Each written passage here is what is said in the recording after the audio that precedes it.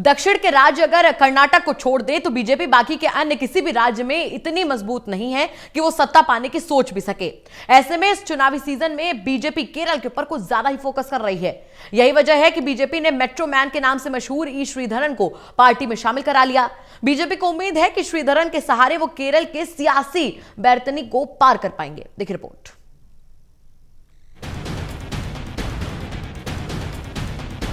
केरल की सत्ता पिछले कई दशकों से दो ही पार्टी के इर्द गिर्द घूम रही है। कभी सीपीएम के नेतृत्व वाली एलडीएफ तो कभी कांग्रेस के नेतृत्व वाली यूडीएफ केरल की सत्ता को चलाते आए हैं। ऐसे में इस बार प्रदेश में होने वाले चुनाव में बीजेपी इस परंपरा को तोड़ने की पुरजोर कोशिश कर रही है। बदलते वक्त के साथ जिस तरह से बीजेपी की ताकत बढ़ी है और लगातार उनका जनाधार बढ़ा है, उससे बीजेपी को इस बात का विश्वास है कि अगर केरल में मजबूती के साथ चुनावी मैदान में उतरे तो भले ही सत्ता न पा सकें, लेकिन अपनी जमीन जरूर बनाई जा सकती है। वैसे इस बार का केरल में होने वाला विधानसभा चुनाव पहले से बिल्कुल अलग रहने वाला है। इस बार इस बात की संभावना धीरे धीरे खत्म होती जा रही है कि प्रदेश का अल्पसंख्यक समुदाय एकमुश्त होकर वोट करेगा।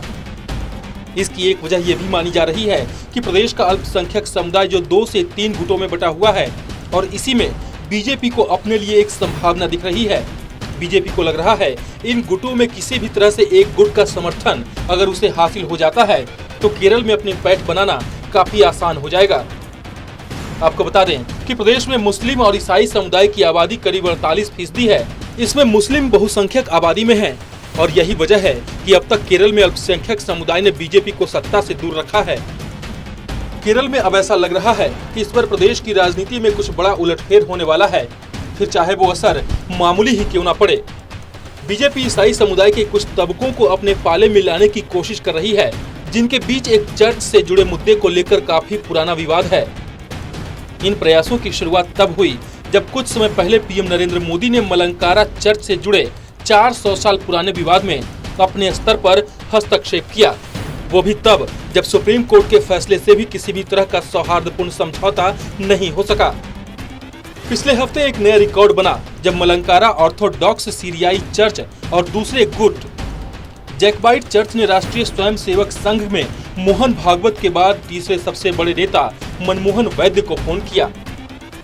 जानकारी के मुताबिक चर्च के दोनों गुटों का कहना है कि किसी भी तरह का ठोस प्रस्ताव नहीं था, लेकिन आरएसएस नेता ने इस विवाद को सौहार्दपूर्ण तरीके से सुलझाने का आश्वासन दिया है।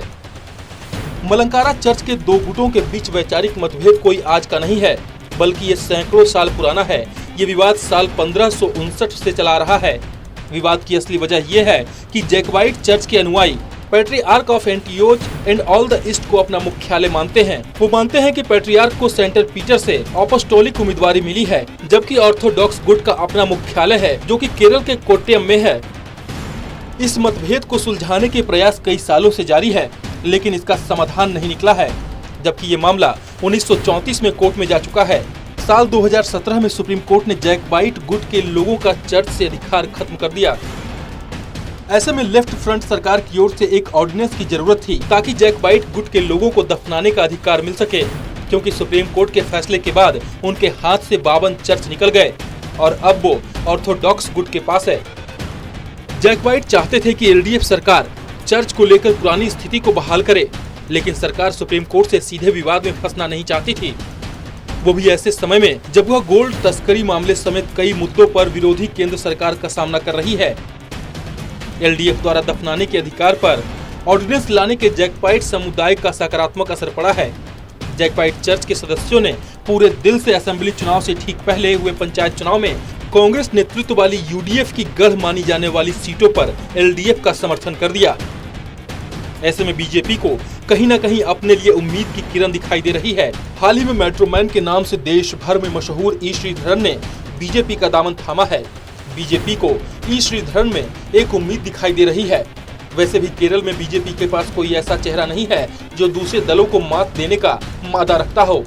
ऐसे में ई श्रीधरन का बीजेपी में आना बीजेपी के लिए फायदा साबित हो सकता है। Special desk, total news.